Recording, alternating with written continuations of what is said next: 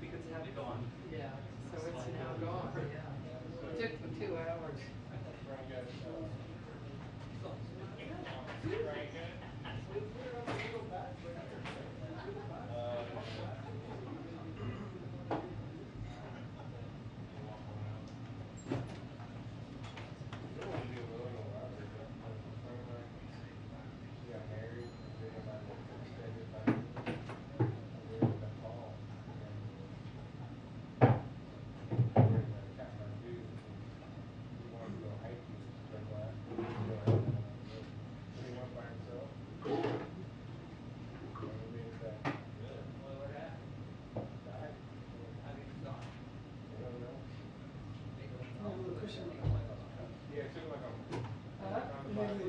I do, yeah.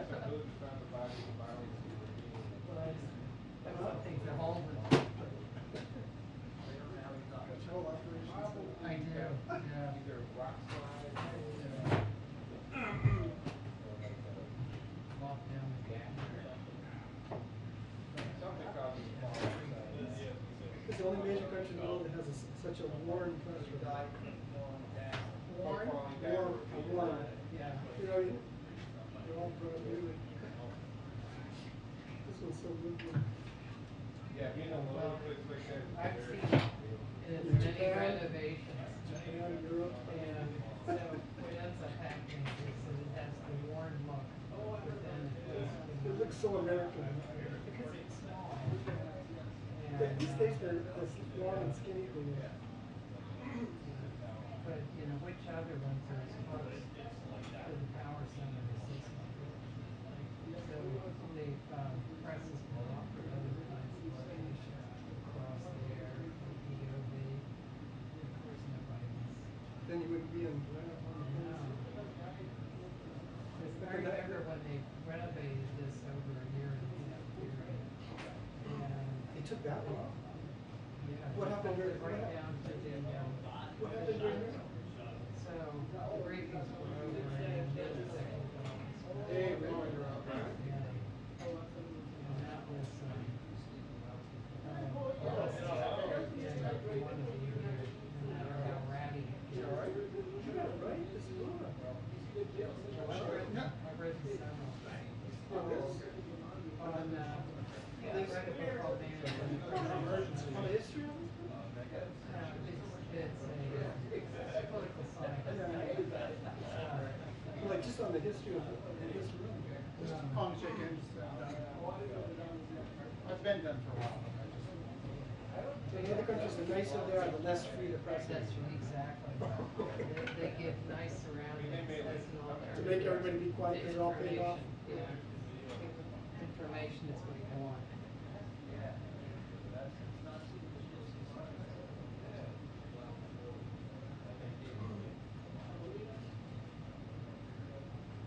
You'd be surprised if they have those in Iran. They're tasting them. Because they have more in Iran and there. And so in Iran they have like more vanilla.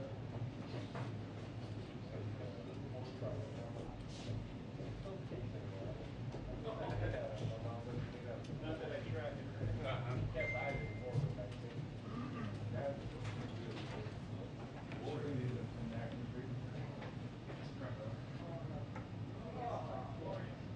Yeah, it's like, it just tastes like chicken. Everything tastes like chicken. No, boars really make it taste like chicken. Because their diet is all like, they have a really good diet, so it makes them eat. Is that good? Well, maybe we'll sell it. It's good. It's a wild boar plastic.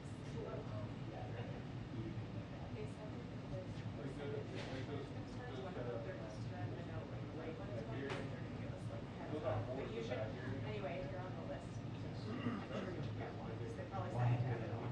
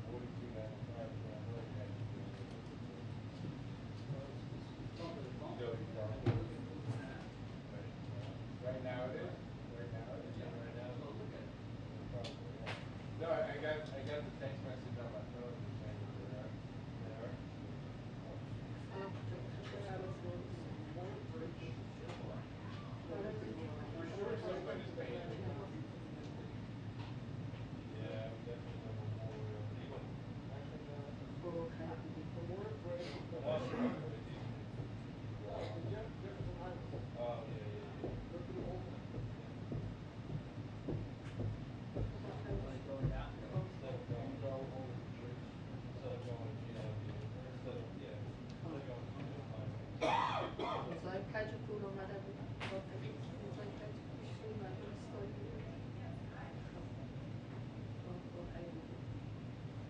Yeah, primeiro chakra flank me, depois que chamamos.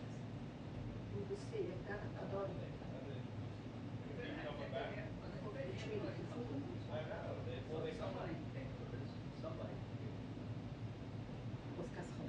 Yeah, but they are. I forgot who it is. You know, it's the one of their big funders, the Mercer family. Mercer did the head, you know, the head.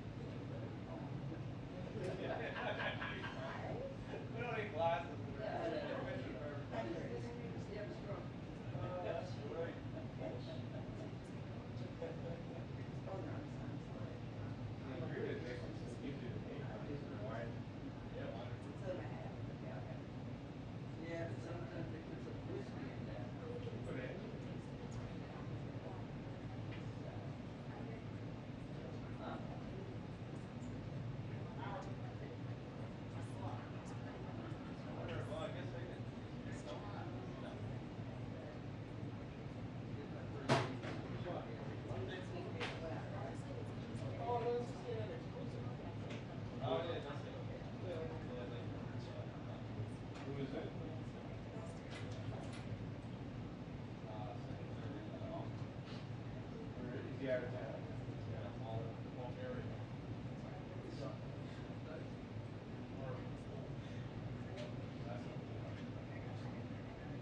Really?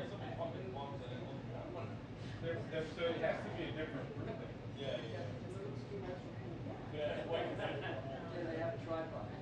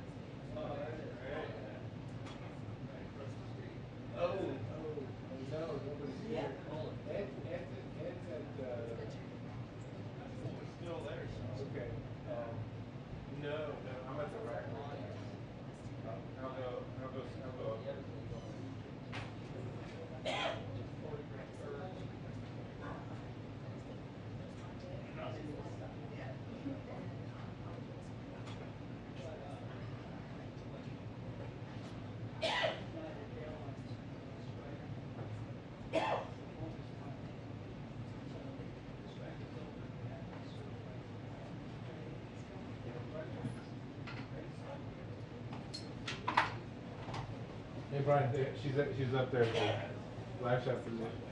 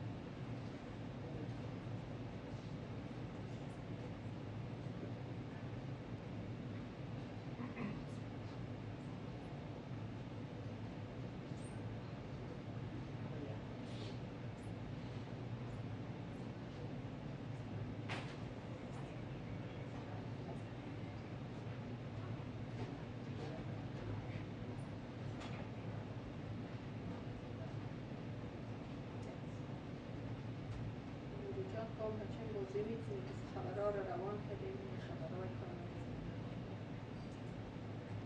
نیروی دیروز که باشیم باز از تلفن استفاده میکنیم خیلی باشه اون یک لایف هم یک لایف هم رست زیر لایف زیر که خانه چک نمیکنیم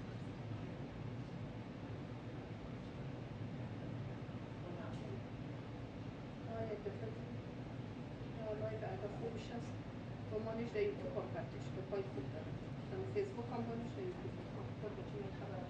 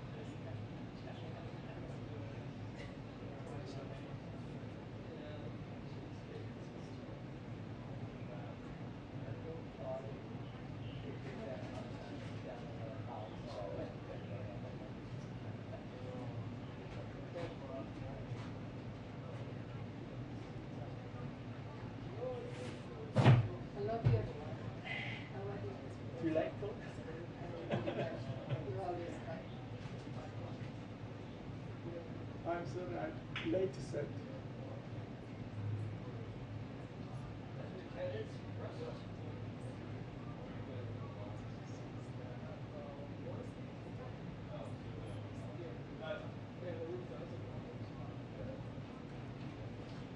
Why is it here so early? CBS.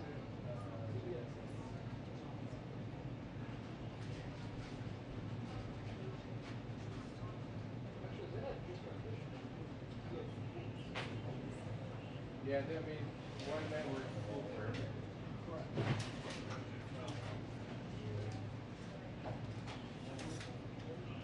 No, yeah, travel for everything. Right? Travel for.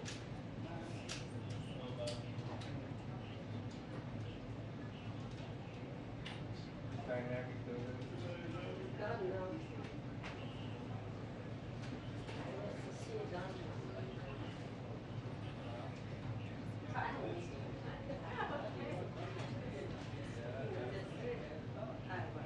Why? I wasn't broken last time.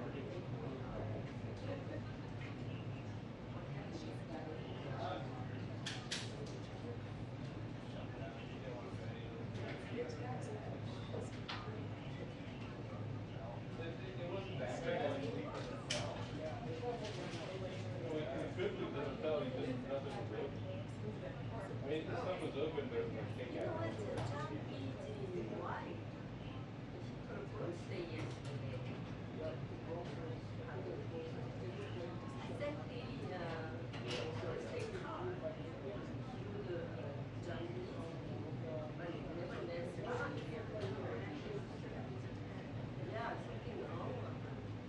One thing is becoming an issue is that they don't get cameras anymore. Or the hotels. Poland, Brussels, they don't get cameras anywhere I said.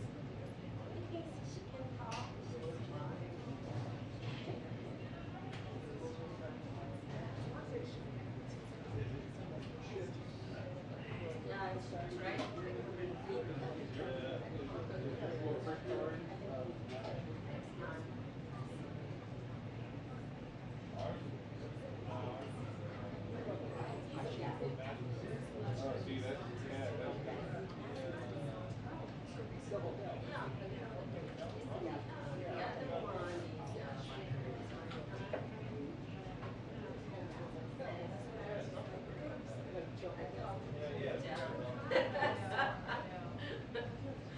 How's it going? Good, yeah. Good. Good bringing it.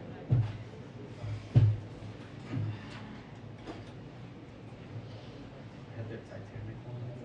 What was our When they flew my first girl or something. Yeah. And it was like in like a press conference and I was like gesticulating this and I was like, on purpose.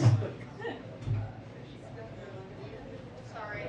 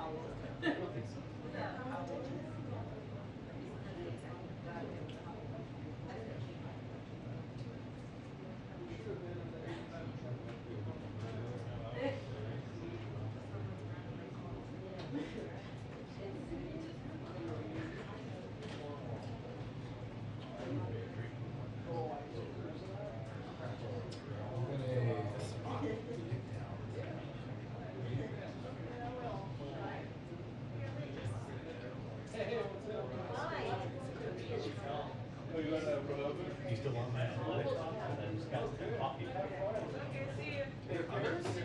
think I now have them all. No one else cares. The press briefing will begin at 3:15. The press briefing will begin at 3:15.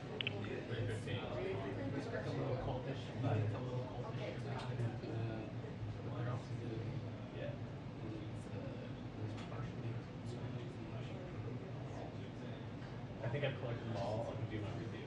I always see golden nails now. Or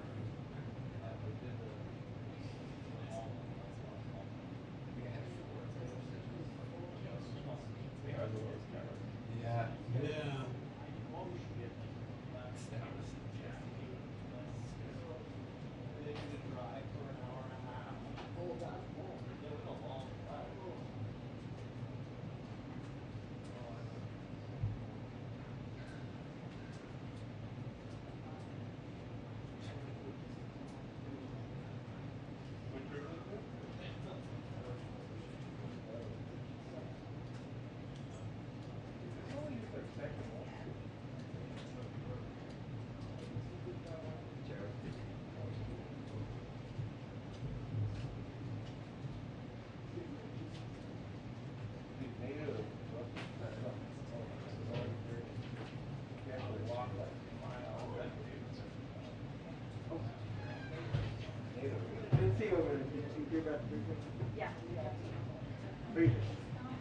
Good morning, how are you?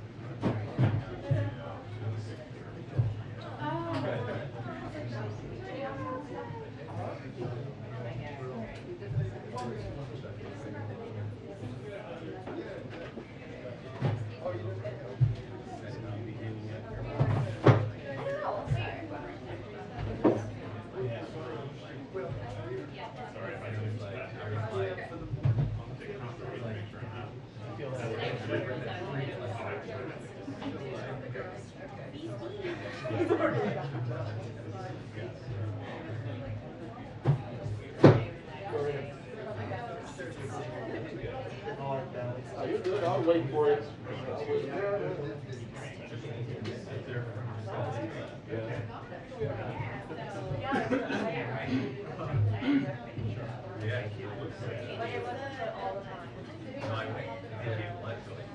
Yeah, that is.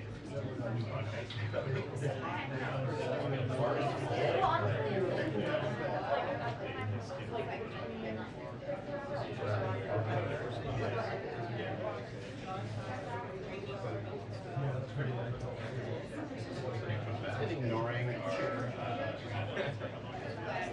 it's my sense, but I feel like I actually doing the next few days.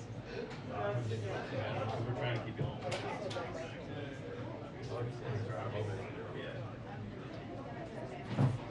so we're being like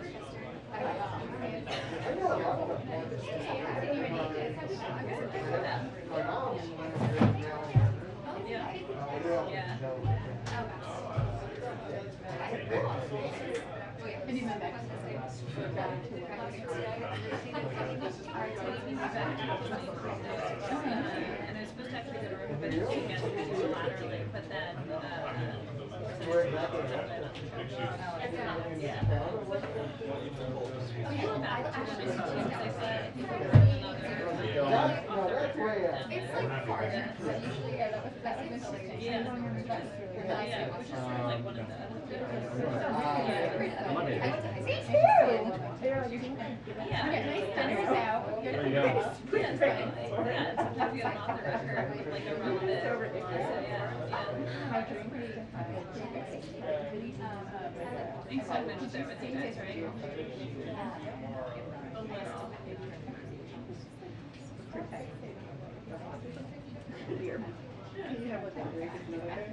I just thought it was funny. It's sort of like a little bit beneath him, you know, like less, more substance than good. That's it. Museum? Most museums have it or something.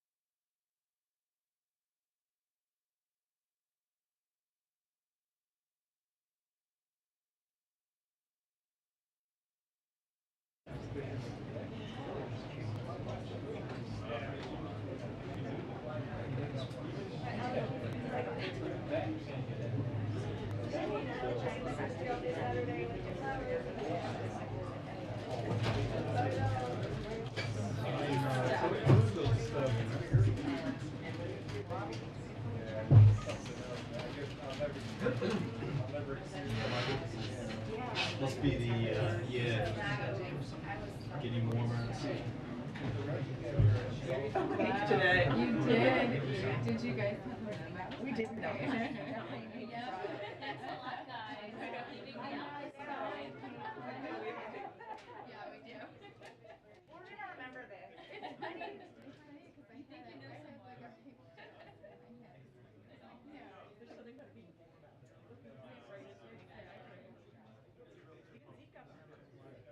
I know.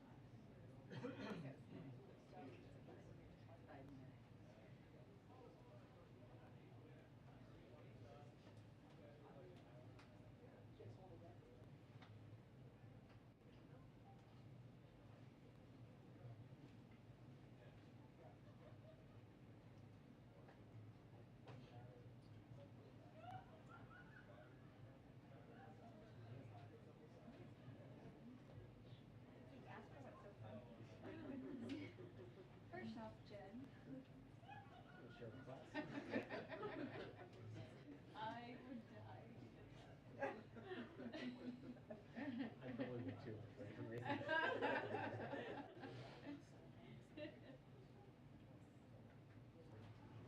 Hi, everyone. There's a lot of pink in this room today.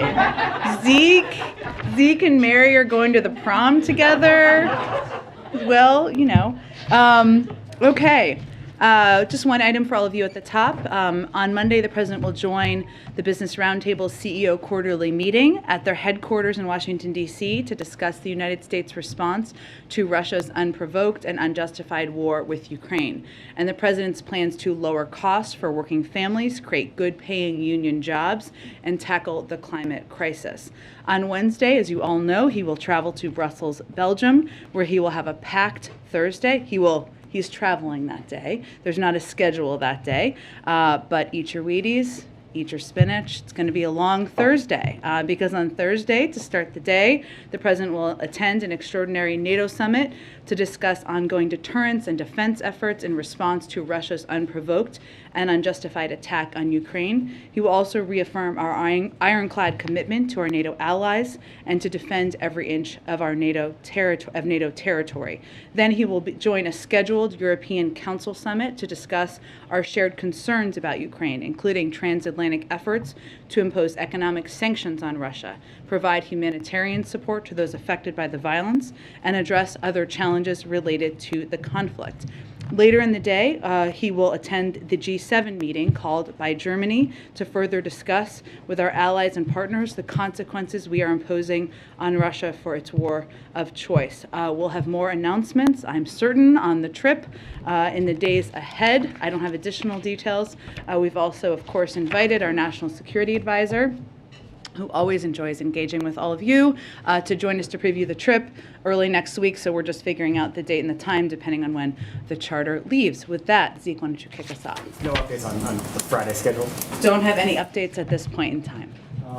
After the President's call this morning with President Xi, does the White House now have a sense of whether or not China has decided whether to assist Russia backfill its supplies and fulfill its request for material is one of its invading Ukraine? Well, I'm not going to give an assessment of that from here. What I can tell you is that the majority of this call, as I think you heard, you saw in the readout, and you heard, I think, on the call we just did, but was focused on Russia's unprovoked invasion of Ukraine.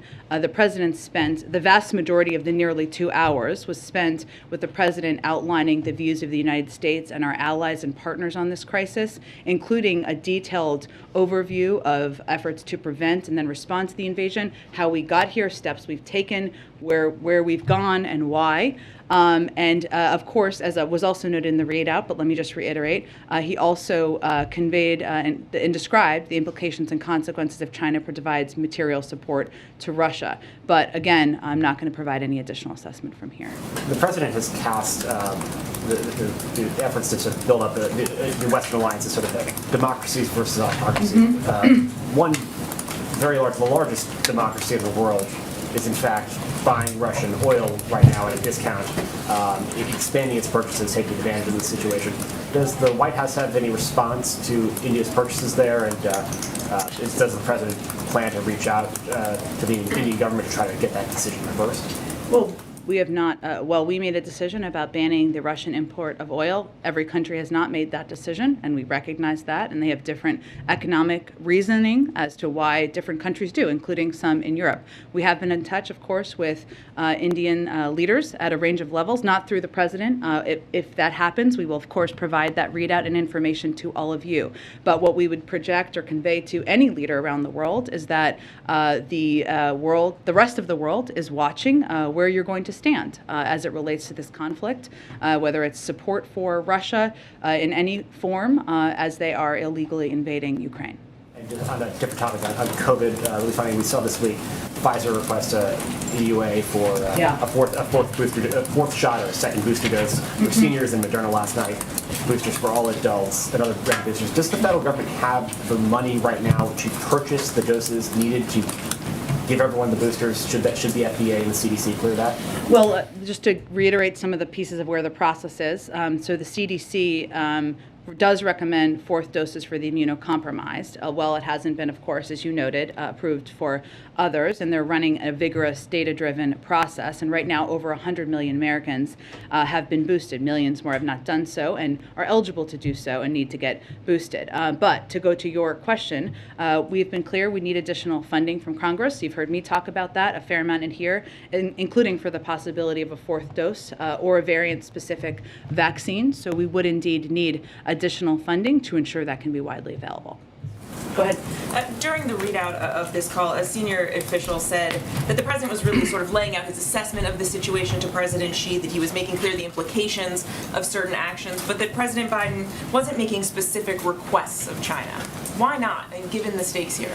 Because China has to make a decision for themselves about where they want to stand and how they want the history books to look at them and view their actions. And that is a decision for President Xi and the Chinese to make.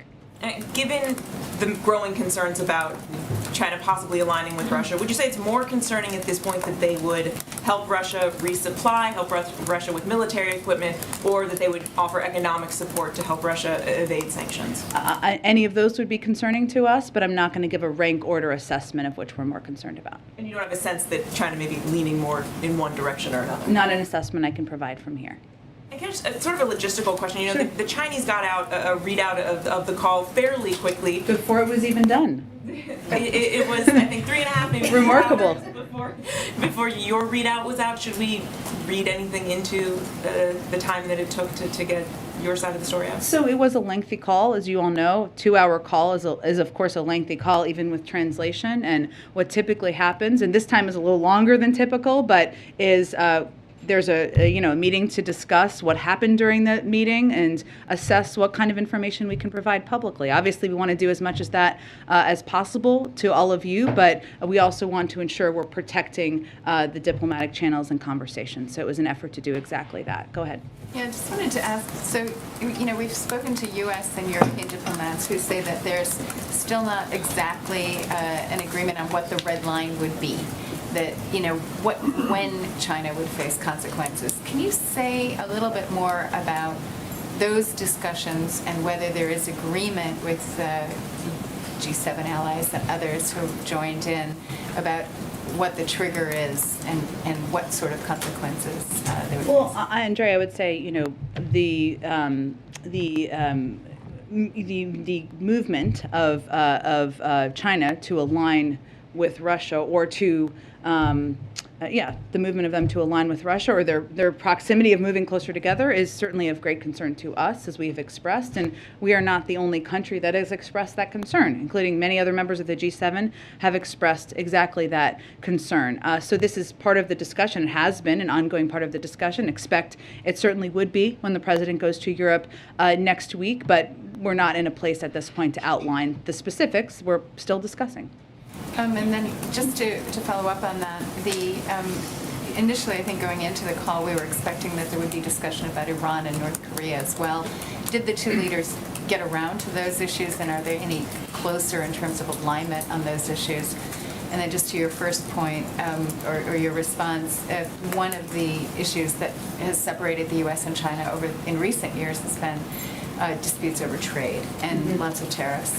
Would you anticipate that China would face a larger trade war or additional sanctions and tariffs if it does proceed to align more closely? Well, we have a range of tools that could be considered, and sanctions are certainly one tool in the toolbox, as they are for other countries as well, even if as we have not outlined specific consequences, and we'll communicate those directly to China and, of course, with our European partners and counterparts. The call was focused, as the readout conveyed, the vast majority of it was on Russia's unprovoked invasion of Ukraine, but also the issue of Taiwan was raised by the Chinese, and the president reiterated that U.S. policy on Taiwan has not changed. That was really the vast majority of the focus of the call. Obviously, there are a range of issues and topics we discussed with the Chinese, and as a part of this call, there was an agreement on ensuring there was an open line of communication and that the discussion would continue in this critical period ahead, of course, at lower levels. Go ahead. During the show recall, did President Xi ever refer to it as an invasion?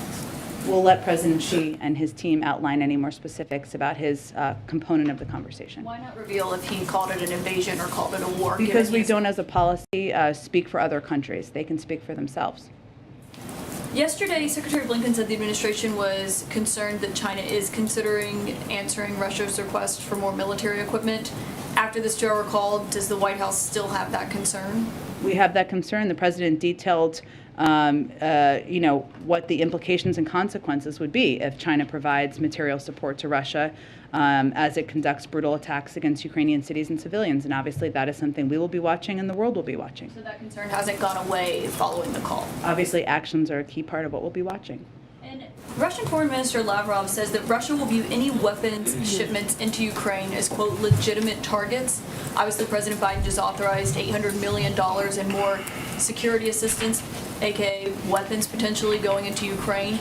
So what is the president's response to that comment? Well, that's a threat that he has made before, I would just note, Foreign Minister Lavrov. I would note that just in terms of how it works, without getting into too many logistics, of course, there are no U.S. troops operating inside Ukraine. Our forces are in NATO territory, and so are NATO forces in NATO territory. So as we're talking about the operations of the movement of convoys and the movement of assistance, those are not the bodies that would be moving those assistance within Ukraine. So beyond that, though, I would say, of course, we watch closely what the actions are, the continued escalatory actions of the Russians, and we will watch closely if they follow up on that threat. I would remind you all that all of the convoys are not just moving military assistance; many of them are moving humanitarian assistance as well, food, and other aid that is getting to people who have been injured through this brutal invasion. I guess the question is, how concerned are you about being able to get all $800 million of that assistance that's obviously so critically needed into Ukraine? Well, we continue to have the means of getting that assistance in, and we have effectively been doing that in recent days, so we will continue to work through those channels. Thank you. Go ahead. Thank you, Jen. Did President Biden directly ask President Xi if he intends to help Russia? Well, he made clear what the implications and the consequences would be if China provides material support to Russia as it conducts brutal attacks against Ukrainian cities and civilians. And that made clear what the consequences would be should they do that. But did he ask, do you intend to help Russia, yes or no? I think making clear what the consequences are made clear we don't want them to do it. So can you offer any explanation for why the U.S. still has concerns after this call? Because we'll continue to watch until we see what actions they take or don't take. And following up on Andrea's question, does the administration view any distinction between financial support and military support for Russia? Or will the consequences, will there be consequences regardless of what kind of aid? We would watch closely, and we would be prepared for there to be consequences, but we would look closely on what it is, and we would align with our partners around the world. And is it going to be escalatory consequences like we've seen with Russia? Again, I'm not going to get into a hypothetical at this point in time. We'll have those discussions directly with the Chinese and directly with our European partners. And one more. Short of getting any guarantees from China that they are not going to help Russia, and short of China condemning Russia for its actions, what is it about the call that President Biden thinks went well, as he said to one of my colleagues? I think it was an opportunity for the president to convey directly what our detailed efforts have been, what we have seen on the ground, how we have responded to the invasion, why we have the significant level of concern that we have, and also to convey very directly, leader to leader, what the implications and consequences would be if Russia provides material support. And that leader to leader engagement, an opportunity for there to be a continuing discussion, certainly the president sees as a positive development. Go ahead. Thank you, Jen. A couple of days ago, you described javelins and stingers as defensive weapons and MiGs and planes as offensive weapons. So how do we classify the armed drones that we're sending?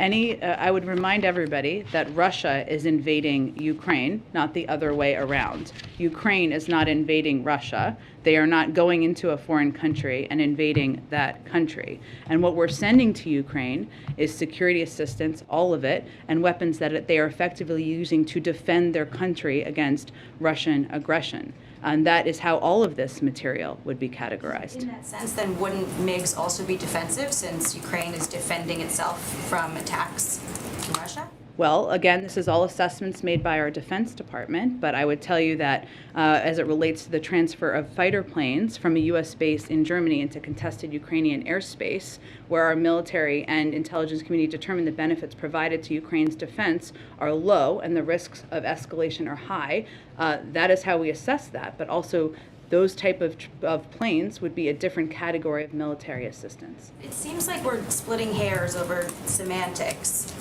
in terms of how we're classifying some of these weapon systems. And obviously the president's gotten some criticism from both sides of the aisle for, even when he takes action, sometimes doing it after there's been a lot of political pressure, for instance, on imposing the sanctions, on sending the stingers and the javelins, on banning Russian oil.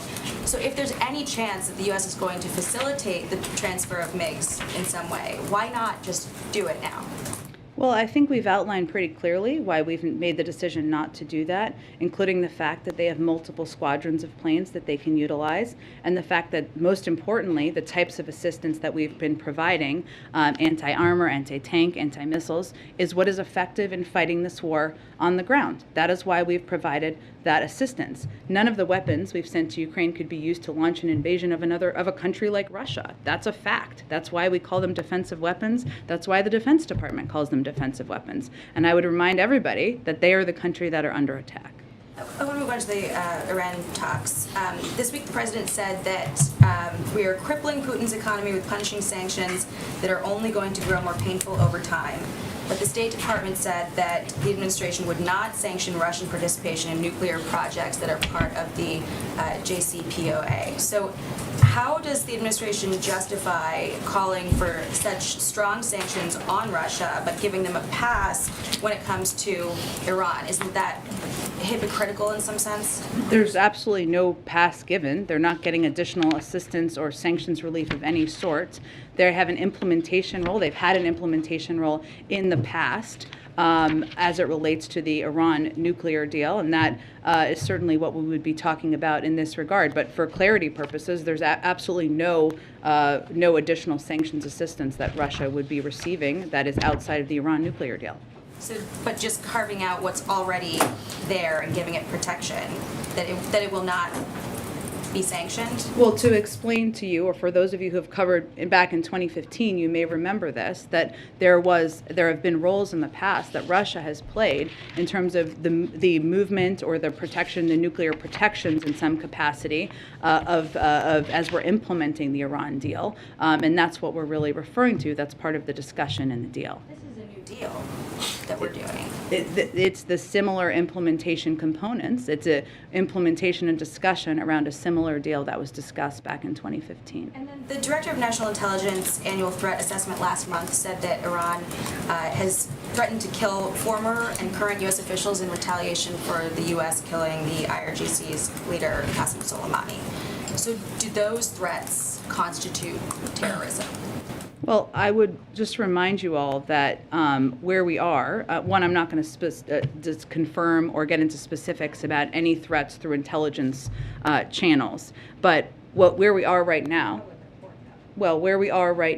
is that not only has Iran's nuclear program advanced, but their behavior in the region and beyond has gotten more aggressive, including by the Islamic Revolutionary Guard. So the notion that the actions of the past administration pulling out of the Iran nuclear deal has cut down on the actions or the escalatory behavior of the Iran Revolutionary Guard is inaccurate. The Iranian government has actually doubled their budget or something like that. So the notion that the approach that the status quo is effective and making us safer just doesn't bear out in any form of facts. So they should not then, the IRGC be delisted from the terrorist blacklist? There's an ongoing negotiation. I'm not going to get into specifics of it, but I would just note that the status quo where we stand has done nothing to make us safer in any regard. In fact, the Islamic Revolutionary Guard has only been strengthened. Go ahead.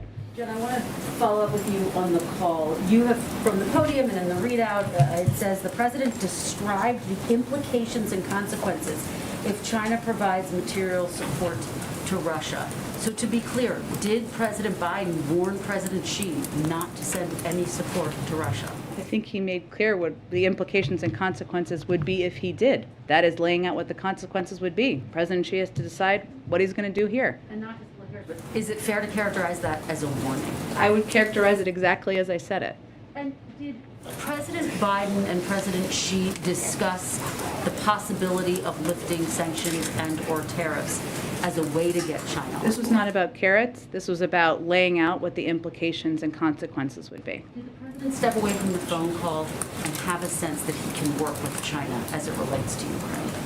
Well, I think he came away feeling that he had conveyed clearly what the implications and consequences would be, and also that he had the opportunity to lay out specifically what steps we've taken, why, and what we're seeing on the ground. And he also said that we would continue conversations task the teams to continue conversations. So that indicates that we will continue to engage with them. I want to follow up with you on something we've been discussing throughout the week, the issue of refugees. Newsweek has reported that the U.S. is actually detaining Ukrainian refugees in ICE detention centers, those who are seeking entry into the country, which seems like a contradiction of President Biden saying that he would welcome them here. Can you tell us why this is happening and what's being done? I can't confirm any specific cases. I'd point you to the Department of Homeland Security. But what I would say is that we are still implementing our immigration laws at the border. That means that Title 42 is in place, and for individuals who come through, abnormal migration, we approach that through the same laws and implementation. When the president says he would welcome refugees, of course he would, but they have to apply through the refugee programs. Understood, but do you acknowledge, Jen, that detaining them is a contradiction to President Biden saying he would welcome them with open arms? Well, again, Kristen, we implement and we our immigration laws across the board, no matter what country you come from, and that has been our case and approach from the beginning. Welcoming refugees means applying through the refugee process. And again, as I've said in here, we are looking at a range of options, including providing a broad range of humanitarian assistance to the countries where the vast majority of refugees are going. Is it a priority for President Biden to address this situation so that refugees are not being detained at ICE detention centers? Well, again, we are continuing to apply our immigration laws at the border. And so refugees who want to come to the United States States, of course we would welcome Ukrainian refugees. That is why, but they have to apply through the existing programs. There's an ongoing discussion about what programs or what steps we could take, and we certainly, that's an important conversation and process internally. Where we have put all of our efforts to date, the vast majority of them to date has been on providing a historic amount of funding to countries in the region, including a huge amount, billions of dollars that has been approved through the omnibus bill the president just signed into law to make sure that the countries that are welcoming the vast majority of these refugees have assistance and support and aid that they need. Jen, you mentioned Taiwan. Will the U.S. deliver javelins and stingers on time this year to Taiwan? Can you answer that? I don't have any update for you on military assistance to Taiwan. I would point you to the Department of Defense. A separate question real quick. The White House, is it aware of ongoing destruction and vandalism of Catholic churches across the United States, statues as well? Is the president aware of that destruction taking place right now across the U.S.? Most recent examples in Florida at the Holy Family Catholic Church, in Royal Oak, Michigan, St. Mary Catholic Church, in Georgia, Sacred Heart Catholic Church, all vandalized, destroyed. Well, I can assure you that the President, the White House, and the United States would oppose any destruction or desecration of religious institutions of any kind. And certainly Catholic churches, the President himself is a Catholic, of course. Does the President believe that perhaps Pope Francis could play a role in mediating an end to this Ukraine crisis, the war? I just don't have anything on Pope Francis's role. Obviously, we're focusing our efforts at this point in time and engaging with our European allies and counterparts around the world. Go ahead, Ashley. If President Biden does not make a second stop on his trip abroad next week, as has been rumored, to Poland or some other place, what would be the reason? Would it be security concerns? Would it not be wanting to visit refugees at the border to draw resources away from that crisis? I expect we'll have more on the trip soon, so I don't want to get too ahead of where we may or may not be, but we factor in a range of factors whenever we make any travel plans, including pulling resources away, as you noted, including security concerns, including ensuring that we can implement it effectively. But we pulled this trip together pretty quickly, so we're working as quickly as we can to get any other details finalized. One more on a different topic. Following up on what my colleague asked yesterday, President Zelensky mentioned in his address this idea of a U-24 United for Peace. It's a little unclear to me, at least, what exactly that would look like and mean. What is the White House's understanding of what he's asking for? Is that an alternative to NATO? What role would it fill? Can you try to We just don't have any other assessment or explanation from here. I mean, I'd certainly point you to the Ukrainians to discuss in more detail. We talk with them regularly. I would let them speak for their own proposals. Go ahead. Jen, when the president spoke to President Xi, did he set out any particular benchmarks by which he would measure their compliance, either financially on the arms issue? Any time frames out there? Did he come to some kind of understanding or declaration to President Xi about how he would be measuring success? Success in terms of whether or not he provides material support? I don't have anything more to outline on that for you. I would just say that the call was not about making asks. It wasn't about making assessments. It was about having an ongoing discussion and dialogue about the illegal invasion, or the invasion of Russia's unprovoked invasion of Ukraine. And was there any discussion of the agreement that President Xi reached with President Putin just at the opening of the Olympics? I just don't have more details on the call to read out beyond what we've conveyed to date. Go ahead. Yeah, what can you say about the severity of the implications and consequences for Russia, for China, if they do indeed, in the estimation of the U.S., provide material support to Russia? I mean, are these to the level where it should really make China think twice before assisting Russia? Well, it's up to President Xi and the Chinese to make that decision. But the president, again, laid out very clearly and directly in the call what the implications and consequences would be if they provided material support. Why is the White House choosing not to elaborate and disclose more about what the consequences could be here? Because we feel that it would be most constructive to have those conversations directly with the Chinese. Go ahead. Hi. A senior administration official just told us that that President Biden didn't make any specific requests to Xi and that China will make its own decisions. But I think I just said that too. There you go. But we're nearing a pretty critical point in the war where, according to your own assessment, Russia seems poised to potentially deploy bio or chemical weapons. How much time is there for China to really weigh in here with Putin, and why not press for that while on the call? I think that the primary focus of this call was for the president to lay out specifically the consequences and specifically where we've come to date. His assessment was that was the most constructive way to spend the call, and that it's going to be up to President Xi and the Chinese to determine what role they're going to play moving forward. Go ahead. Implications and consequences. Yeah. I'm asking about this again because in the lead up to Russia's invasion, the White House was really extremely transparent, laying out call after call and briefing after briefing a lot of the specifics that we then saw implemented. Why, in this case, is it just saying implications and consequences and not giving the same specifics? Sure, because we feel it's the most constructive way to engage and have a constructive dialogue. Just to clarify, the specifics were given out in detail on this call. It sounds like what you're saying. Correct. I'm not going to give you more details about the level of detail, but it was a detailed engagement.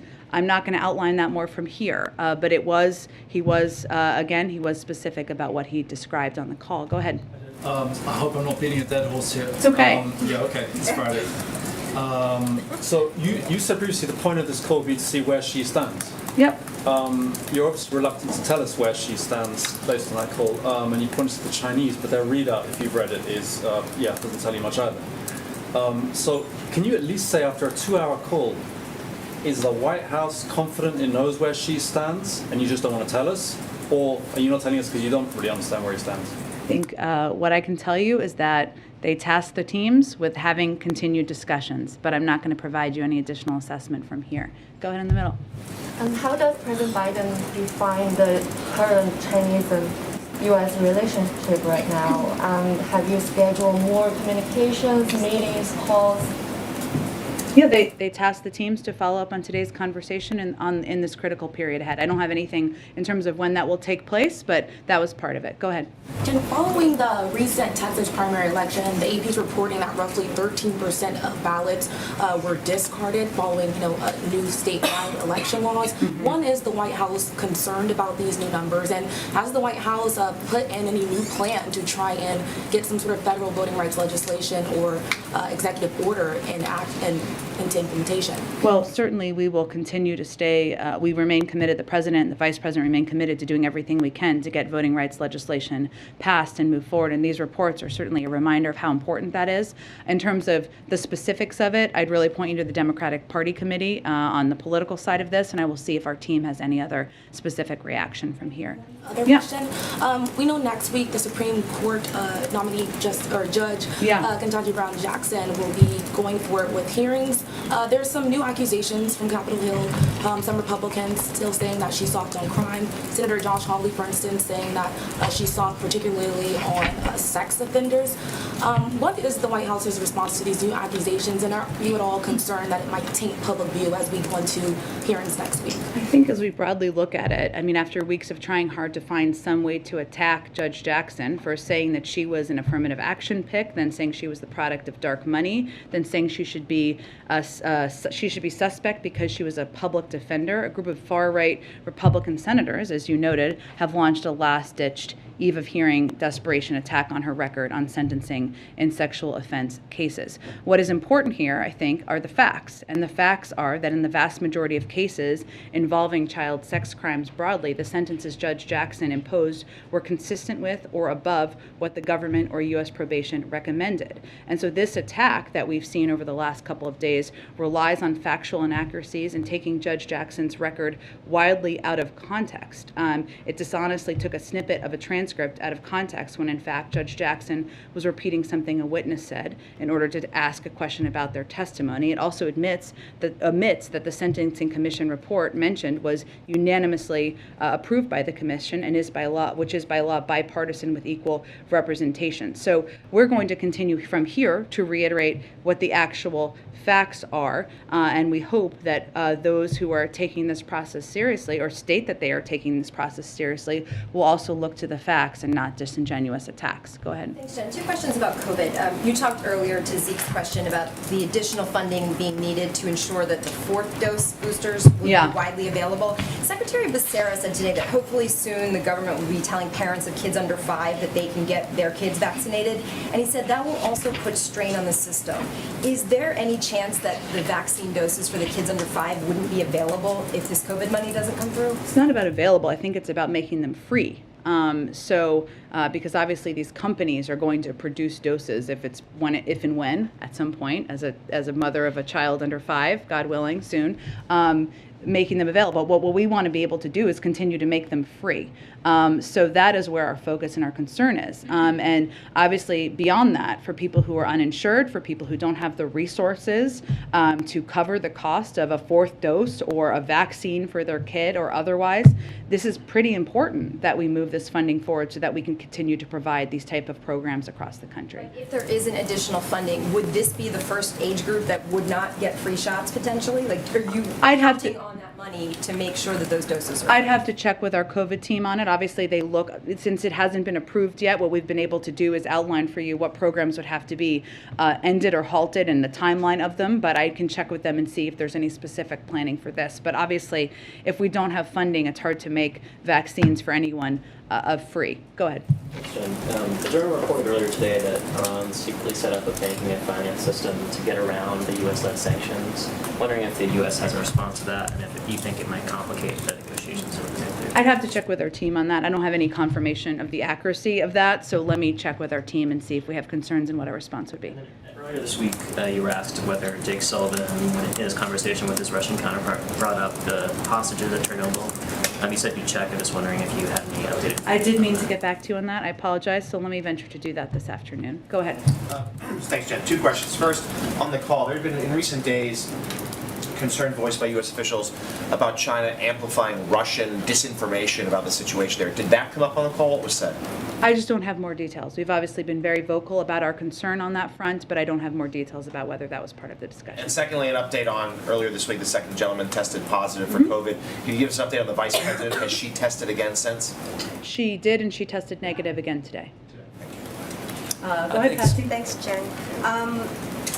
You mentioned that on the call, the president focused on Ukraine. The Chinese side raised the issue of Taiwan. Obviously, you're not giving us any specifics on sanctions, export controls and such, but was there a discussion about broader trade relations between the U.S. and China? And then I'll have a follow-up question specific about American investments in Chinese tech firms after that. Well, the vast majority of the call was about those 2 topics. So beyond that, I don't have more to read out for you, but that was really the focus of the call.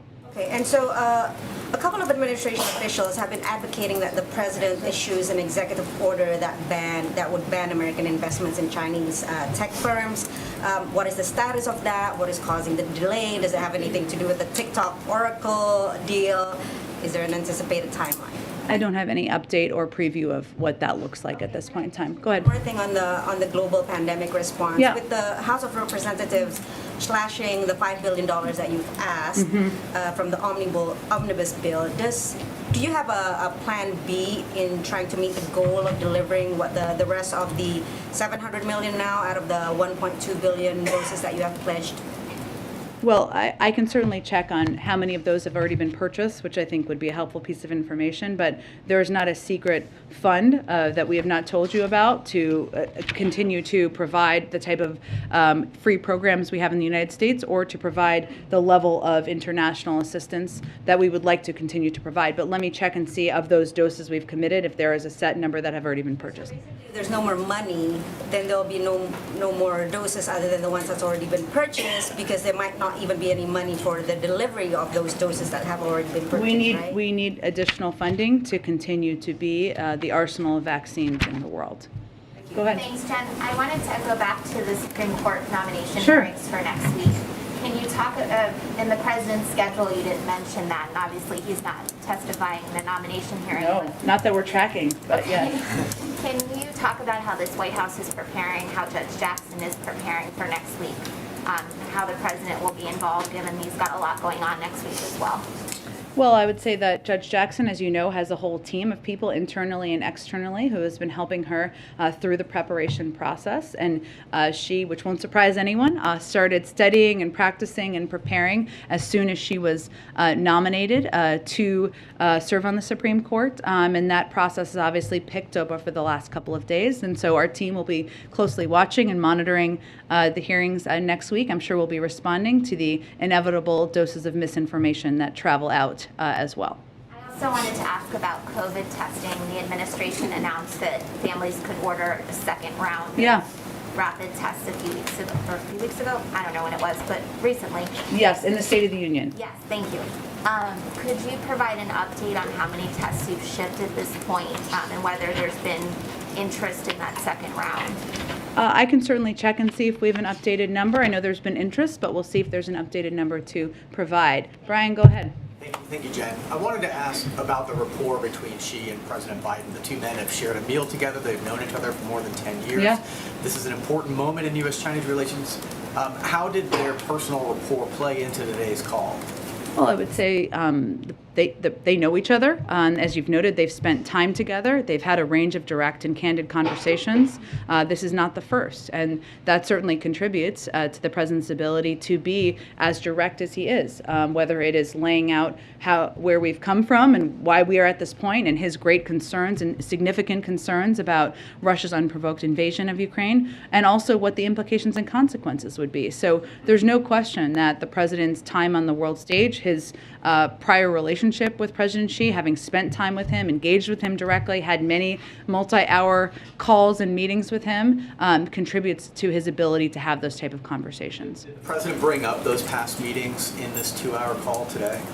I don't think there's a reason to bring them up. They both know that they've had past meetings. I think it just starts the meeting from an understanding of where the other is coming from. Go ahead. Yeah, in the first event with the president today, why didn't the president choose to address the phone call personally between he and President Xi? Because it was about a different topic. And there's a lot of things the American people care deeply about. So it was his effort to communicate about a range of issues. But when you have the leader of the largest economy in the world and the second largest economy in the world, and they're talking, they could fall on either side of an invasion. The American people might want to hear directly from the president. Well, we've provided a range of updates, briefings, readouts, and hopefully you all will be effective, as I'm sure you will, in communicating that to the American people. One more thing, on the call, did the president push China about business, the Chinese companies doing business in Russia? Well, I would say first that, the president, as we all have made clear, that there have been implications. As you see, while we have not asked companies to take specific steps, you look at Russia and what's happened there and what the implications have been for the Russian economy of companies pulling out. And, that's certainly something for every country to watch as they're making decisions about which side of this conflict they're going to stand on. Go ahead. Thanks, Jen. Poland is calling for an international peacekeeping mission in the Ukraine. Is that something the U.S. would entertain or support and possibly participate in? I'd have to get more details on what that looks like. I'm happy to talk with our national security team about that. And then I have a fun Friday question. Okay. The House passed the Crown Act, which bans discrimination based on hairstyle. Mm-hmm. Is this something the administration supports? Would they sign it into law if the Senate passed it? I have seen that. I have not talked to our legislative team about it. I'm happy to do that, and we'll see if we can get you a fun Friday answer back. Go ahead. In response to the mistreatment of African immigrants that were fleeing Ukraine, the White House did put out a statement a couple of weeks ago saying that they received assurances from the UN, Ukrainian authorities, and governments that they're committed to the fair and equal treatment of those seeking departure. Mm-hmm. But doubling down on what are those assurances, because we're still hearing a lot of stories of incidents that are happening with those who are trying to flee. Well, I think it is something we continue to watch closely, and we have seen reports of that we are concerned about. So we would just raise those concerns we have directly, and we felt it was important to put out a public statement at that time to follow up on. Just a couple more questions. One, how soon can we expect the president to sign the anti-lynching bill? I can check and see what the timing. I know we were waiting for the vice president, I think, to get back from travel, but yeah. And then lastly, about a quarter of Americans not vaccinated or partially vaccinated. Numbers aren't really budging. Is there any move or change to the definition of what is fully vaccinated? That would be for the CDC to determine. There hasn't been a change at this point in time. It still remains 2 doses, but we are continuing to encourage any American who has not received a booster to do exactly that because it would provide them additional necessary protection. Go ahead. On Judge Jackson's hearings next week, have some of that prep work included conversations between the nominee and the president, and any advice from the former chairman of the Judiciary Committee? I'm not going to get into details about their private conversations. So he has not played a role in sort of the prep or the... He's not participating in the mock preps, no. But he is certainly excited about her hearings next week and being confirmed to serve on the bench. Thanks, Jen. I've got a quick clarification and then 2 questions about presidential conflicts of interest in foreign affairs. The first brief clarification is the New York Times reported this week that the first son remains under criminal investigation. Does the president still intend to stay out of that case? Yes, it's the Department of Justice, and I will point you to them. And my 2 questions about conflicts of interest in foreign affairs. First, I have a question about Russia, and then one about China. On Russia, you told me last year that you were unfamiliar with the Senate report that alleged that the first son, or a company linked to the first son, received $3.5 million from the richest woman in Russia. Subsequent reporting indicates that President Biden, when he was vice president, had a dinner in Georgetown with the same woman in 2015. This Yelena Ballerina, she has not been sanctioned yet by the U.S. government. How is President Biden navigating conflicts of interest when it comes to sanctioning people who have done business with his family? And can you explain to us what this $3.5 million was for? I don't have any confirmation of the accuracy of that report, so I have no more further details. About the conflicts of interest, though, how he's navigating those when deciding sanctions. What would be his conflicts of interest? Well, his son's company allegedly got $3.5 million from... Which I have no confirmation of, and he has continued to sanction oligarchs more than we've ever sanctioned in the past, so I'm not sure that's a conflict of interest. Go ahead. Thank you. Go ahead. I have a question about Russia now. I think we're moving on because we got to get some more people. Go ahead. My question about the conflict of interest when it comes to China is last year the first son's attorney said that he divested from a Chinese investment fund controlled by Chinese state-owned entities. We have received not even basic transparency about who bought out his stake, when this happened, and how much money changed hands. Did he actually divest, and if so, can you agree He's to a basic private transparency? citizen. He doesn't work for the government. I'd point you to his representatives. Thank His you. father's role as I think president we're done here. Thank you very much. Go ahead. Did President Biden talk to President Xi Jinping about the escalate tensions on Korean Peninsula? How did President Xi respond on this? Again, the vast majority of the call was about Russia's unprovoked invasion of Ukraine. And again, when President Xi raised Taiwan, the president reiterated the U.S. policy on Taiwan. Obviously, there are a lot of important issues that we discuss with the Chinese, some where we work together, some where we have strong concern, and there's a lot of channels for that. But that was the primary focus of the conversation. Go ahead. This is Jahan Zaybali from Airway News TV Pakistan. Pakistani Prime Minister Imran Khan requested for a telephonic conversation with President Biden like many months ago. It's like more than 14 or 15 months. We haven't heard anything about that. Is there any specific reason for not communicating with the Pakistani leadership?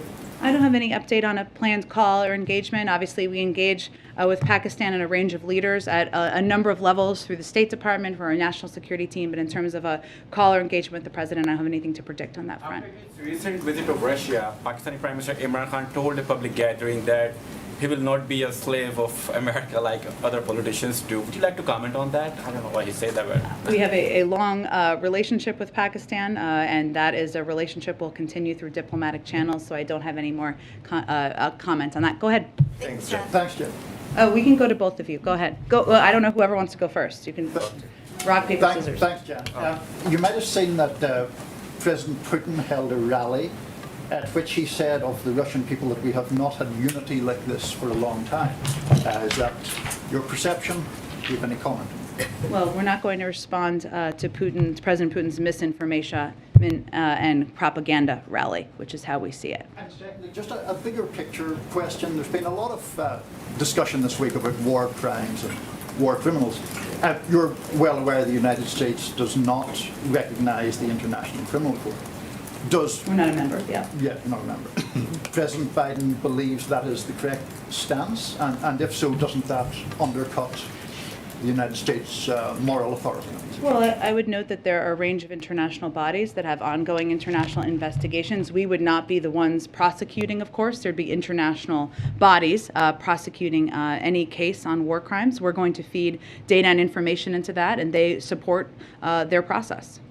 Okay, about the Western Balkans, please. Russia and China are spreading their influence a lot on the Western Balkans, especially Bosnia, Herzegovina, and Kosovo. And the president is a friend of Bosnians and Kosovars. Can you assure people over there that America is still with them? Absolutely. Please send that directly.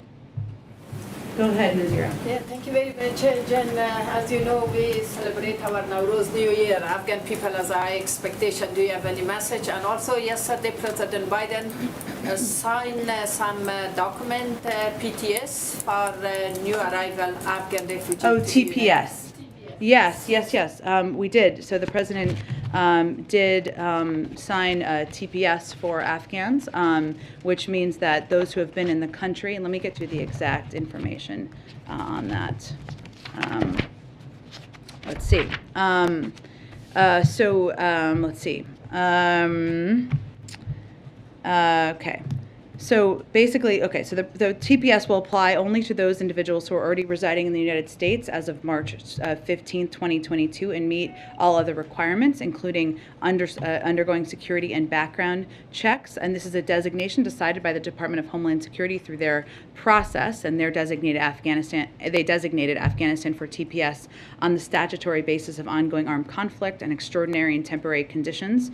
U.S. Citizenship and Immigration Services estimates that approximately 74,500 individuals in the United States would become eligible for TPS through the designation for Afghanistan, and that includes 72,500 who have been paroled into the United States through Operation Allies Welcome, and approximately 2,000 Afghan nationals who did not participate in the Operation Allies Welcome and were otherwise in the United States already. So this is a new designation just announced this week. New Year, Nowruz, any message for Afghan people, especially Afghan women? Well, I would say we would send a message of Happy New Year's to the Afghan people, and certainly a special shout out to Afghan women, and we have huge admiration for their courage, their bravery, and we will continue to stand with them during these challenging times. Thank you, everyone. Happy Friday.